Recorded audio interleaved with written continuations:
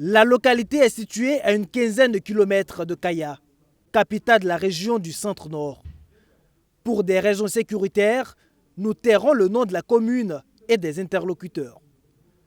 À l'entrée, le premier checkpoint est tenu par les volontaires communaux pour la défense de la patrie. Au marché, ce n'est pas encore la grande affluence, mais la vie semble reprendre progressivement. Nous retrouvons Adama, nom d'emprunt de ce mécanicien pas comme les autres. Depuis qu'il est revenu de son exil forcé de Kaya, il a repris ses activités, mais son arme ne le quitte plus une seule seconde.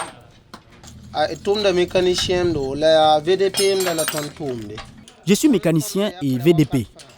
Quelle que soit la situation, nous sommes là. Tout se passe bien pour le moment.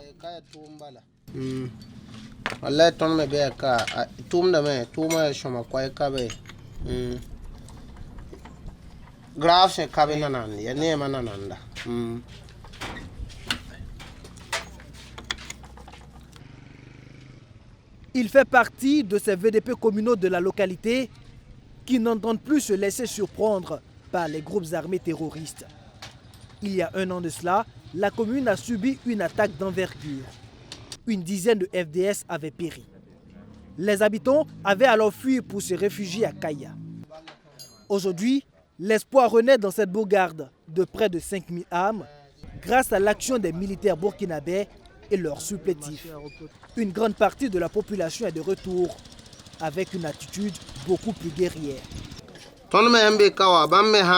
Si les terroristes viennent ici encore, ils trouveront de la résistance en face et ils périront parce que nous sommes prêts.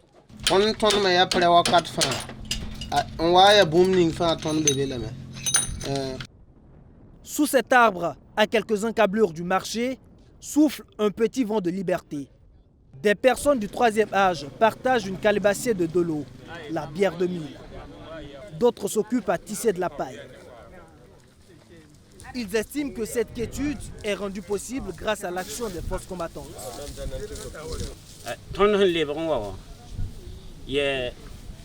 Quand nous sommes revenus en mars 2023, ce sont les autorités qui nous ont accompagnés pour constater l'évolution de la situation.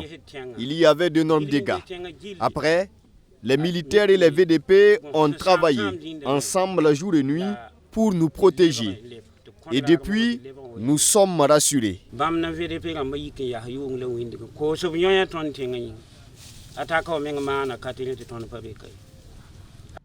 Le poumon économique de cette localité, c'est ce barrage. Avec la sécurité qui s'installe progressivement, les maraîchers ont aussi repris de service. Sur les lieux, ils sont assistés et aidés par les soldats qui mettent eux aussi la main à la pâte. Le symbole peut-être d'une bonne collaboration armée-nation. L'année dernière, à cette même date, ces maraîchers-culteurs avaient dû fuir leurs champs, laissant les productions pourrir à cause de la menace terroriste. C'est désormais un mauvais souvenir. Nous remercions Dieu car grâce aux soldats, nous avons retrouvé nos terres. Nous ne pouvions avoir accès à nos champs.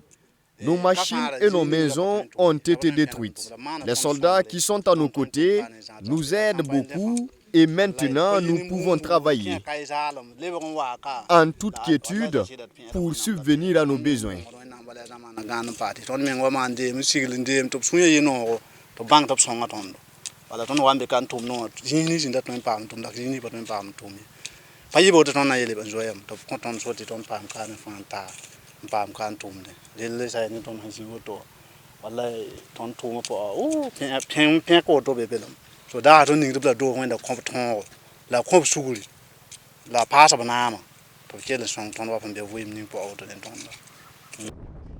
Les productions présentent une bonne physionomie. Plusieurs spéculations sont cultivées ici. Choux, haricots, oignons, en grande partie. Dans quelques mois, ils devraient pouvoir débuter les récoltes qu'ils écoulent en grande partie à Kaya. Ici, il n'y a pas que les maraîchers qui profitent de cette grande retenue d'eau. Les pêcheurs aussi ont repris pirogues et pagaies à la recherche de leur pitance quotidienne. Voici le poisson qui est là. C'est progressivement que les choses reprennent ici.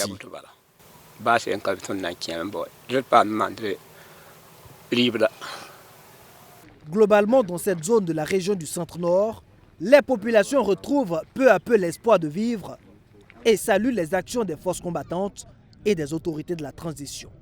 Ils souhaitent néanmoins que cette stabilité qui s'installe progressivement se poursuive dans la durée.